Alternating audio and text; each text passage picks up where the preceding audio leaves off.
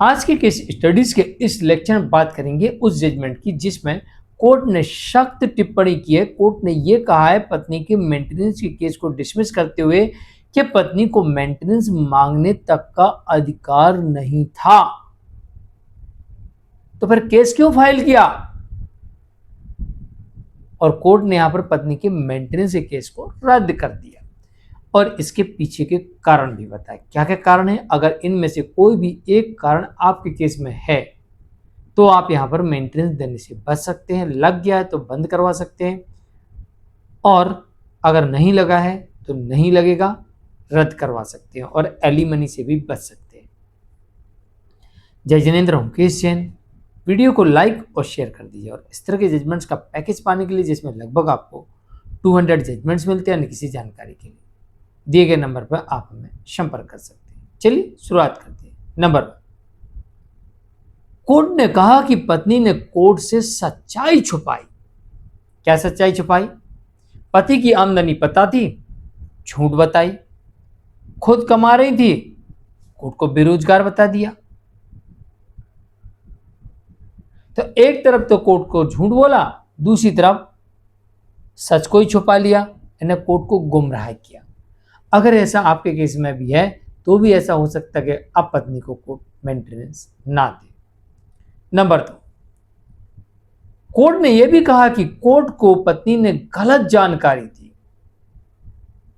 उसका पति इतना कमाता है, इतनी संपत्ति है, ये है वो है, ऐसा है वैसा है, अडल्ट्री में है, फलाना है, ढिमका है, दुनिया भर के आरोप लगा दिए और खुद को बताया मैं तो बेसहारा हूं, बेरोजगार हूं, कोई आय का साधन नहीं है, बहुत सीधी सादी सिंपल लड़की हूं।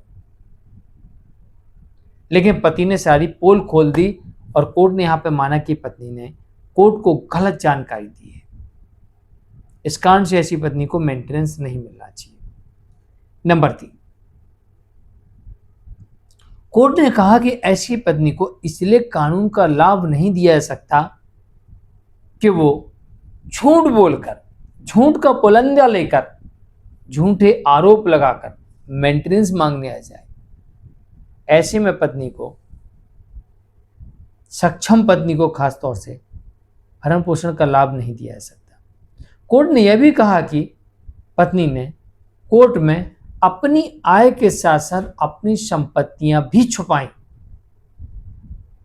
यानी कोर्ट को यहां पर भी गुमराह किया कि अपनी प्रॉपर्टी, संपत्ति भी छुपा ली और अपनी इनकम भी छुपा ली मेंटेनेंस लेने के लिए। कोर्ट ने यहां पर कहा कि नहीं, ऐसी पत्नी को मेंटेनेंस नहीं दे सकते। 5वां, कोर्ट ने यह भी कहा कि पति के ऊपर आर्थिक संकट नहीं डाल सकते। उसकी